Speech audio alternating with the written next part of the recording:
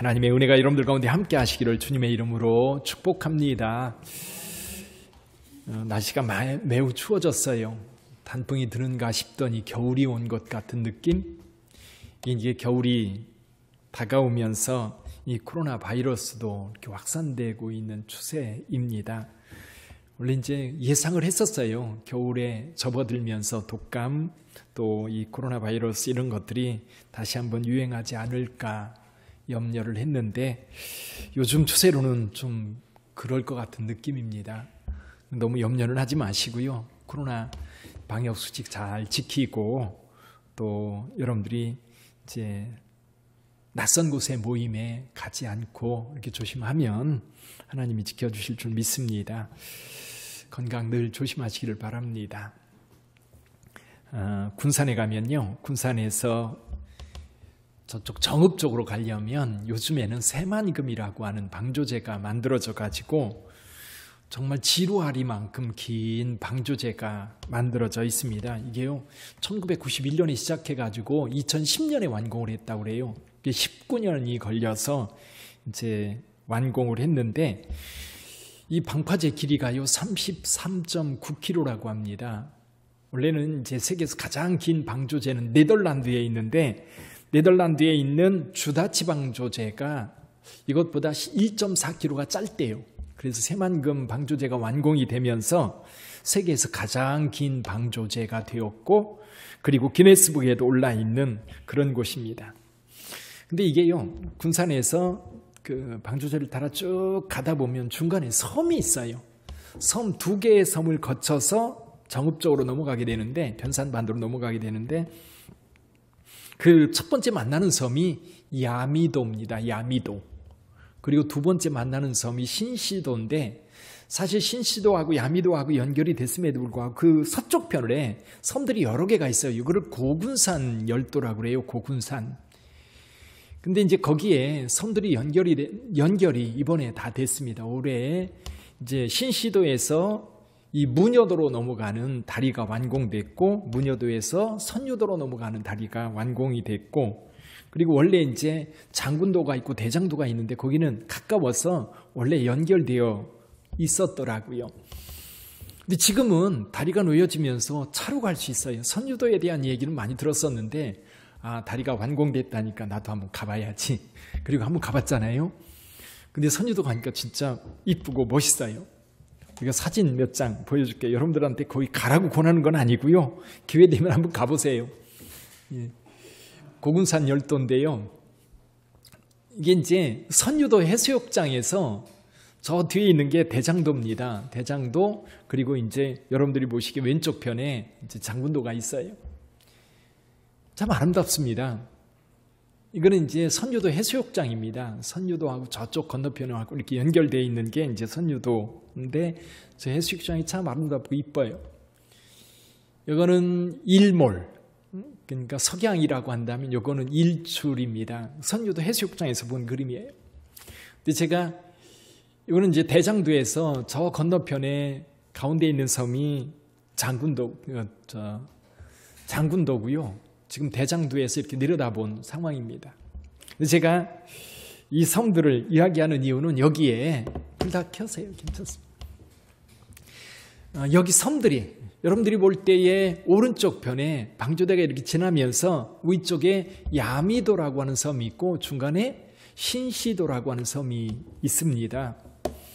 그리고 나서 그 옆으로 이제 그 문여도가 있고 문여도를 건너면 이제 선유도가 있고 선유도에서 장자도, 대장도 그리고 이제 거기까지만 다리가 연결되어 있고요. 여기 관리도나 저 건너편에 횡경도 또 방축도, 명도, 말도에는 아직 다리가 연결되어 있지 않습니다. 저기는 좀 멀어가지고요.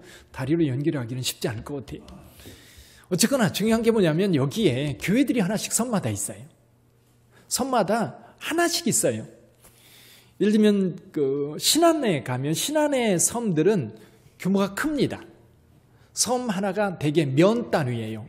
앞에도 또는 뭐 자운도 또는 뭐 이런 섬들이 이제 하나의 면 단위로 되어 있는 여기는 하나의 마을이에요. 하나의 리로 되어 있어서 이 섬마다 교회가 하나씩, 야미도에 하나, 또 신시도에 하나, 그리고 문여도에 하나, 또 선유도에 하나, 관리도에 하나, 그리고 장자도에 하나, 그리고 저 건너편에 가면 방축도에 하나, 명도에 하나, 그리고 이 말도, 이제 끝도라고 그래요. 끝. 이 섬들이 쭉 있는데 서쪽 끝에 있다고 그래서 끝도. 그래서 이제 말도라고 하는데 이 말도까지 교회가 있습니다.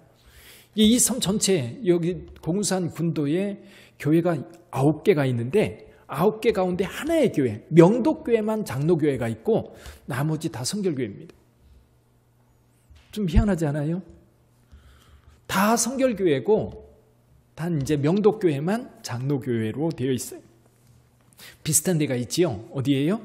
신안에 가면 신안의 섬들, 증도라든지 지도라든지 임자도라든지 또 자은도나 앞에도, 그리고 뭐 그쪽에 있는 섬들, 암태도 쭉 돌아보면 전부 다 성결교회예요.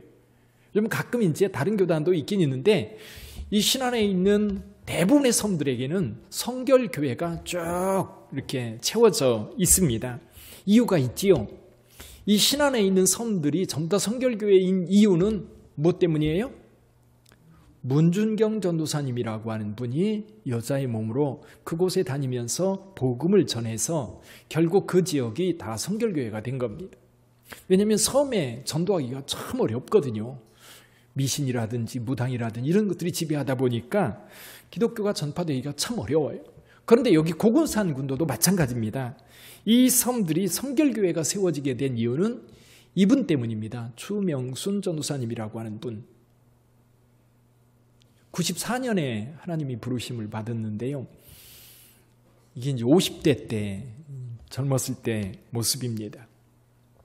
이제 말도 교회고요. 최후에 이제 이 말도 교회에 계시다가 이제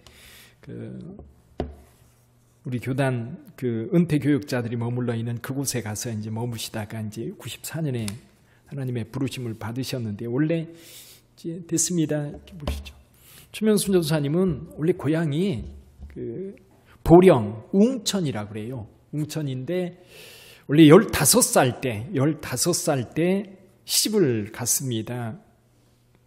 원래 이제 유교 집안은 무남 동녀였는데 15살에 시집을 갔는데 그 시집 가서 고생 무지무지 했다고 그래요. 이분의 증언입니다. 참으로 지옥이었습니다. 남편의 난봉으로 연놈들을 죽이고 나도 죽겠다고 그렇게 다짐하고 살았다. 그래서 하도 마음고생이 심하고 고통이 심해서 관상쟁이한테 가서 물어봤대요. 물어봤더니 3년 정한수 떠놓고 새벽 기도를 하라고 그랬대요. 정말 3년 동안 정한수 떠놓고 새벽마다 기도를 했답니다. 근데 어느 날 일갑벌되는 할머니가 와가지고 뭐라고 그러냐면 그런 기도 아무리 해봐야 아무 힘이 없다. 아무 쓸데없다. 그러니 예수 믿어야 된다. 그 말 한마디에 교회를 찾아갔습니다. 걸어서 찾아간 교회가 비인성결교회. 그렇게 신앙생활을 시작했습니다. 근데 문제는 뭐냐면 예수 믿는다고 이제 박해가 더 심하는 거예요. 하루 남편이요 붙잡아다가 땅을 파고 목만 내놓고 묻어놓고 갔대요. 땅속에 묻어놓고 갔는데 묻혀서 하나님 앞에 기도했대. 하나님 저 죽여주세요. 죽고 싶습니다. 근데 놀랍게도 땅이 갈라지면서 나올 수 있었다고 그래요. 1943년에는 이제 일제강점기 때에 성결교회가 다 폐쇄되는 그런 일이 있었습니다. 근데 교회를 지키겠다고 교회를 지키다가 이제 일본 경찰에 붙잡혀가지고 투옥되고 고문을 당하기도 했고, 게다가 더 큰 시련은 아들 하나 있었는데 아들마저 죽으면서 결국 집에서 쫓겨나게 됩니다.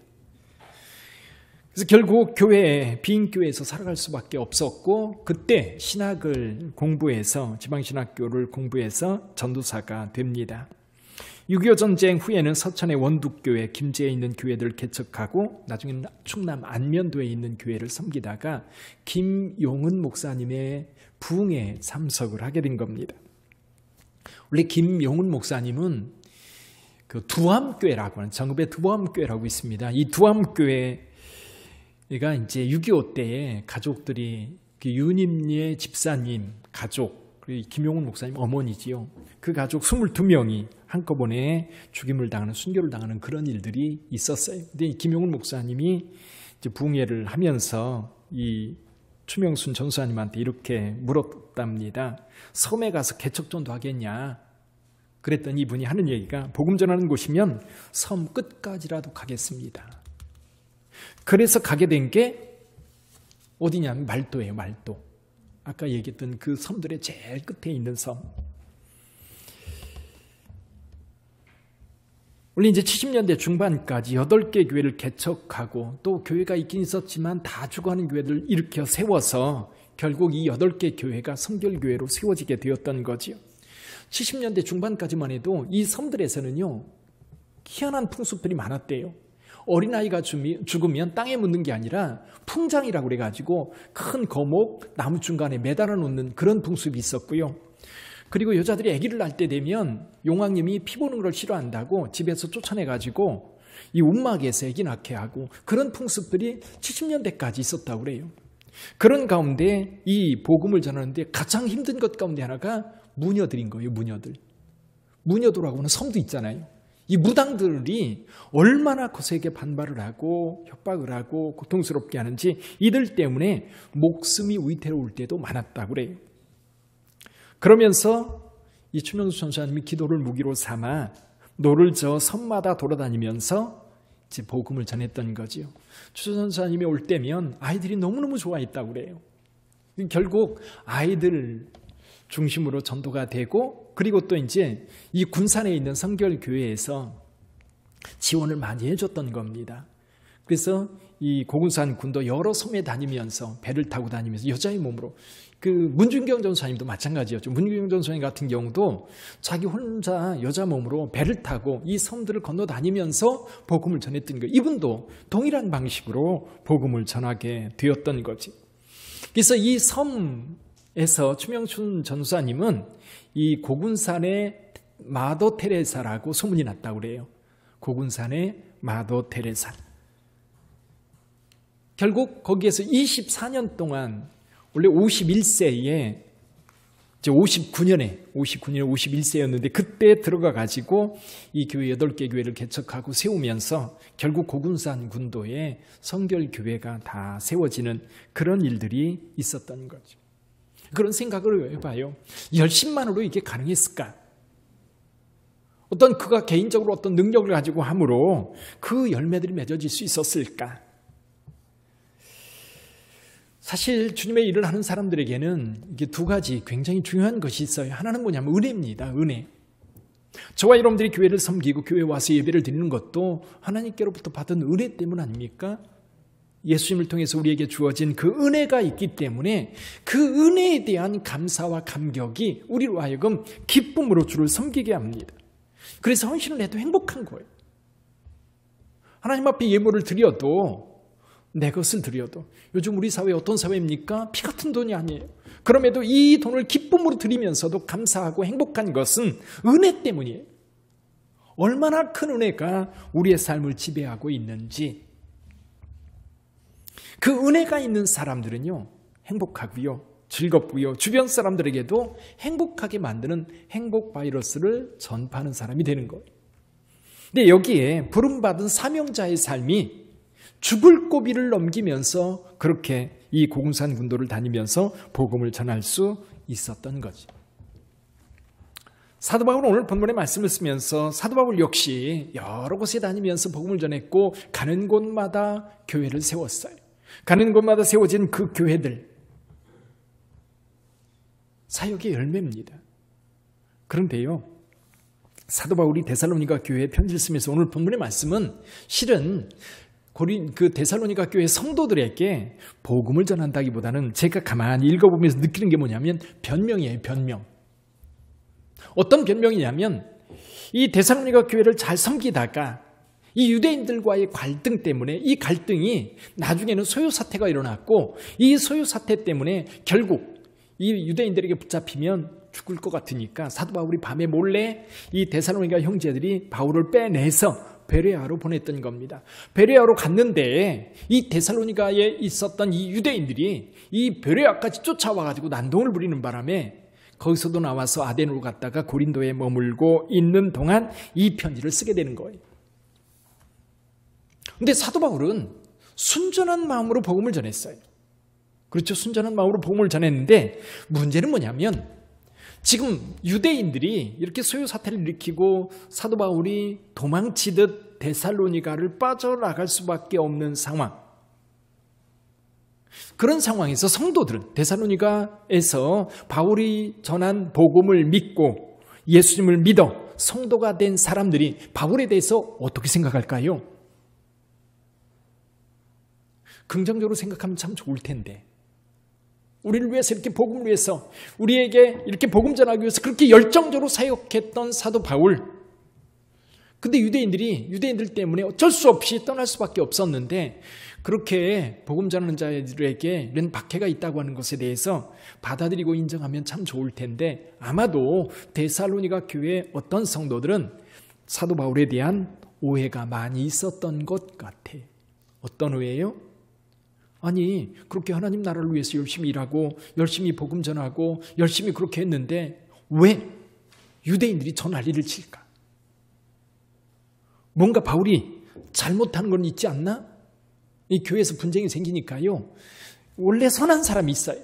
근데요 저는 이런 손바닥 마주쳐야 소리 난다고 그러잖아요.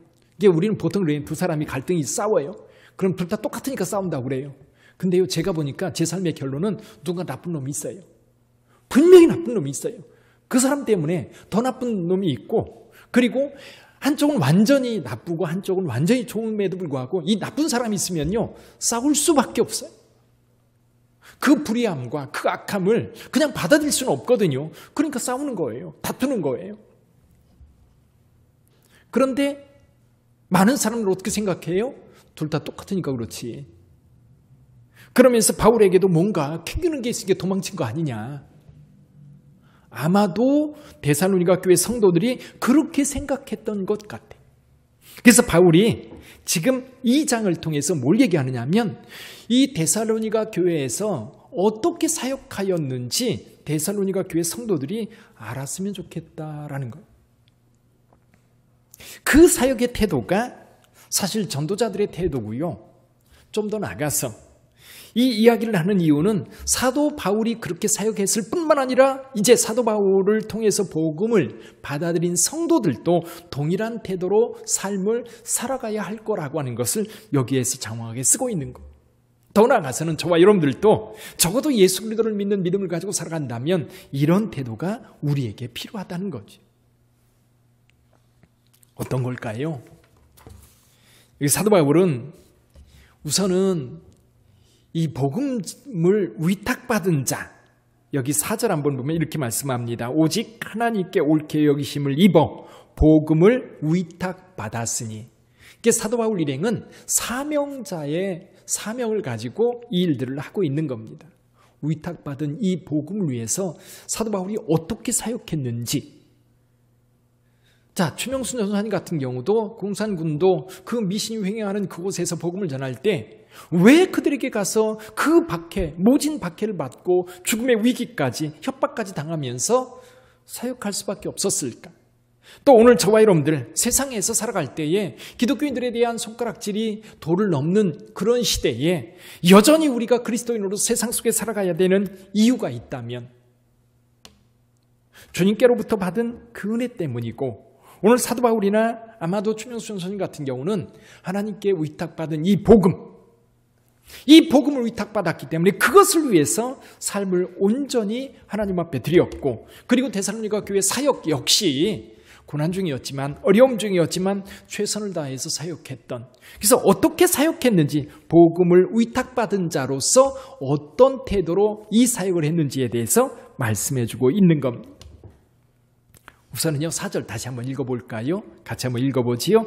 오직 하나님께 옳게 여기심을 입어 복음을 위탁받았으니 우리가 이와 같이 말함은 사람을 기쁘게 하려 함이 아니요 오직 우리 마음을 감찰하시는 하나님을 기쁘시게 하려 함이라.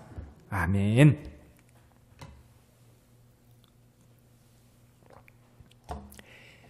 사도 바울은요, 복음을 전하면서 사람들의 비율을 맞추기 위해서 사역하지 않았다는 겁니다. 만약에 사람들의 비율을 맞추기 위해서 사역하는 것이었다면 유대인들하고 갈등 안 만들었을 거예요. 안 만들었을 거예요. 갈등 만들지 않고 오히려 그들과 절도당이 타협하면서 이 데살로니가에 있는 사람들에게도 또 이제 그들의 마음을 사기 위해서 나름대로 애쓰고 수고했을 겁니다. 사도 바울은 사람들에게 칭찬받기 위해서 복음 전하는 것이 아니었습니다. 사람들에게 인정받고 환호받기 위해서 받는 것이 아니었어요. 연예인들은 그래요. 연예인들은 사람들의 박수갈채가 없으면 죽을 것 같은 거예요. 왜냐하면 그걸 먹고 사는 거예요. 그 환호와 그 사람들이 그들을 좋아한다고 하는 그 메시지를 들으면서 존재감을 가지고 살아가는데 복음 전도자는 그런 게 아닌 거예요. 그러다 보니까 그는 여기에 5절에서도 그렇게 말해요. 너희도 알거니와 우리가 아무 때든지 아첨하는 말이나 탐심의 탈을 쓰지 아니한 것을 하나님이 증언하시느니라. 아첨하는 말, 사람들이 좋아하는 말, 그들이 듣고 싶어하는 말, 그런 말들을 전하면서 행하는 것이 아니라 오직 복음을 전하면서 주의 사역을 감당했던 겁니다. 사도 바울 일행은요, 그러다 보니까 복음 전하는 것, 그것이 그들의 사명이었고 그것을 위해서 온전히 헌신했을 뿐, 사람들에게 속임수로 다가가거나 또는 어떤 탐욕, 탐심이 있어서 뭔가를 얻어내기 위해서 이 복음 사역을 한 게 아니라는 거예요. 저와 여러분들이 세상에서 그리스도인으로 살아갈 때에도 세상에서 여러분들이 많은 것으로 섬깁니다. 교회가 섬깁니다. 뭔가 얻으려고 하면요, 뭔가 인정받으려고 하면요, 그때부터 힘들어져요.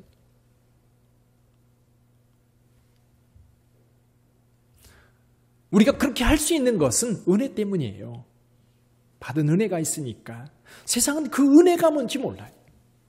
뭔가 얻는 게 있어야 돼. 내가 일을 한다면 뭔가 칭찬을 받거나 아니면 사람들에게 상금을 받거나 아니면 사람들에게 어떤 보상을 받는 어떤 것을 기대하고 하는데 우리는 이미 그 은혜를 받았어요. 그 은혜를 받았기 때문에 헌신할 수 있고 죽음을 무릅쓰고 복음을 전할 수 있고 그리고 배가 뒤집힐 그런 상황 속에서도 배를 타고 건너다니면서 복음을 전할 수 있었던 거예요. 저와 여러분들도 세상에 살면서 여러분 은혜를 생각하는 성도들은 감내합니다. 기쁨으로 주님의 일을 할 수 있습니다. 결론은 뭐냐면 내 영광이 아니라 하나님의 영광이라는 거예요. 내 영광이 아니라 하나님의 기쁨을 위해서 헌신하는 것, 그것이 바로 사명자이기도 하고 오늘날 부름받은 성도들의 태도요 모습인 거지. 사도 바울은요 여기서 이렇게 말합니다. 탐심 때문에 이런 일을 한 것이 아니라는 거예요. 이 탐심의 탈을 쓰지 아니한 것은 하나님이 증언하신다. 그들 마음이 순전하게 오직 하나님의 영광을 위해서 하나님의 복음을 위해서 행하였는데 더 나아가서 그들은 사도로서 마땅히 누려야 할 권리들이 있음에도 불구하고 그런 권리도 누리지 않았다는 겁니다. 7절 한번 볼까요? 우리는 그리스도의 사도로서 마땅히 권위를 주장할 수 있으나 도리어 너희 가운데에서 유순한 자가 되어 유모가 자기 자녀를 기름과 같이 하였으니. 무슨 얘기입니까? 여러분 탐심, 뭔가 내가 얻으려고 하는, 그러면 얻으려고 하면 속임수를 써요. 거짓말을 해요. 근데 그런 탐심을 가지고 하지 않을 뿐만 아니라 권리조차도, 당연히 누려야 될 권리조차도 내려놓는 거예요. 내려놓고 오직 낮은 자가 되어서 성도들을 충성되이 섬겼던 그것을 데살로니가 교회가 알아주기를 원하는 거예요. 왜냐하면 오해할까 봐. 바울에 대한 오해는 결국 복음에 대한 오해로 이어지고 그리고 하나님을 떠날 수밖에 없는 상황이 됩니다. 왜 사도 바울이 변명합니까? 그들이 여전히 복음의 순수성 앞에 서서 하나님의 백성으로서 성장해 가기를 원하는 그 사랑과 그 간절함 때문에 이 이야기를 하는 거예요. 성도들은 은혜 받은 자로서 세상 앞에 서야 합니다. 그러려면 세상 앞에 우리도 순전한 모습으로 서야 돼요. 그리고 우리의 목적을 어디에 두느냐면 사람들에게 인정받는 건가? 내게 유익한가? 그게 아니라 하나님의 영광, 하나님의 기쁨인 거예요. 그 하나님의 기쁨을 위해서 온전히 하나님 나라를 위해서 헌신하는 거지. 우리가 이같이 너희를 사모하여 하나님의 복음뿐 아니라 우리의 목숨까지도 너희에게 주기를 기뻐함은 너희가 우리의 사랑하는 자 됨이라. 우리 하나님께서 위탁해 주신 이 복음을 가지고 그들에게 가서 복음을 전해서 그들이 받아들일 때 얼마나 그들이 귀하게 여겨지는지 사랑의 대상이 되었던 것. 결국 사도 바울의 사역 목표는 하나님의 기쁨이에요. 하나님의 기쁨. 그래서 저와 여러분들이 신앙생활 하면서도요, 결론은 거기에 두었으면 좋겠어요. 여러분들이 기도를 하든 예배를 드리든 아니면 세상에 나가서 그리스도인으로 살아갈 때, 직장 생활을 할 때에도 무슨 일을 할 때에도 결론적으로 그 결론이 하나님의 기쁨으로 나타나야 되는 거지. 하나님의 영광으로 나타나야 되는 거지. 그것이 사도 바울의 가장 큰 것이 뭐냐면 사람들이 예수를 영접하고 구원의 반열에 서는 것, 그것이 사도 바울이 가장 큰 기쁨이었고 그것이 우리 하나님 앞에 제일 큰 기쁨이라고 봤던 거예요. 사랑하는 성도 여러분, 우리가 하나님 앞에 성도로 살아간다고 하는 것, 결국 성도로 살아간다고 하는 것 그 자체가 은혜 받은 자의 기쁨이 있어. 근데 이제는 우리가 한 걸음 더 나가서 우리가 하는 모든 행동, 우리가 하는 모든 말들 결론이 뭐냐면 하나님의 기쁨, 하나님의 영광으로 드러날 수 있기를 주님의 이름으로 축원합니다. 교회 건축도 그렇고요. 또 직분자들을 세우는 것도 그렇고요. 또 우리 교회가 지역사회 속에서 지역사회를 섬기는 일에도 그렇고요. 우리가 전도를 하더라도 또 방역수칙을 지켜나가는 일에도 여러분, 이런 모든 일이 결론적으로 하나님의 기쁨으로 귀결돼야 하는 거예요. 그래서 저와 여러분들이 신앙생활하면서 이 일이 하나님 앞에 기쁨이 될까? 이 일이 하나님께 영광이 될까? 늘 생각하면서 함께 교회를 섬기고 함께 신앙인으로서 세상을 살아갈 수 있는 저와 여러분들이 되기를 주님의 이름으로 축원합니다. 기도하겠습니다.